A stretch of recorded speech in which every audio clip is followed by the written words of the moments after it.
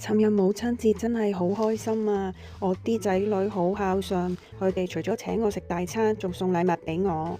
呢就係用緊呢條絲巾啊，仲有我對手鐲，全部都係靚嘢嚟㗎。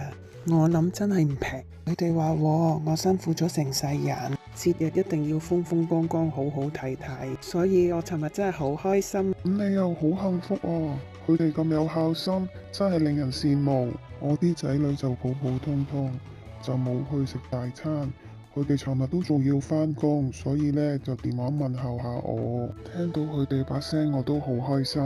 咁你哋兩個都好好啊！我尋日就同佢哋簡單食咗餐飯，一齊傾下偈，問候我身體情況。講開身體，我最近就有啲小毛病，肩頸同埋腰都有啲唔舒服。本來都唔想麻煩佢哋，但係又冇諗到佢哋好細心，今日專登話請假同我睇醫生。佢哋話我有唔舒服就要睇，我慳過少少錢。我哋三個都年紀大啦，我哋一齊保持健健康康最重要，唔想啲後生擔心我哋。你願意花時間陪我哋都要照顧好身體，先係彼此最大嘅福氣。我要走啦，佢哋嚟接我，你哋都好好保重。